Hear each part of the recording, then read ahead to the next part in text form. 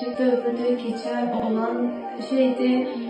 Dedilər, amma yenə də 15 ildir ki, bu keçmir. Dəri-altı səpkilərim var idi. Demək olar, yəni sıfıra enib. Özümdə heç bir akne çıxmır. 6-cı seansımdır. Bugündən ləkə seansına başlayacağıq. İlk öncə Fərdə xanımın yanına gəldikdə çox tərəddüd edirdim həqiqətən və indi qətiyyən peşmançılıq hissi yoxdur.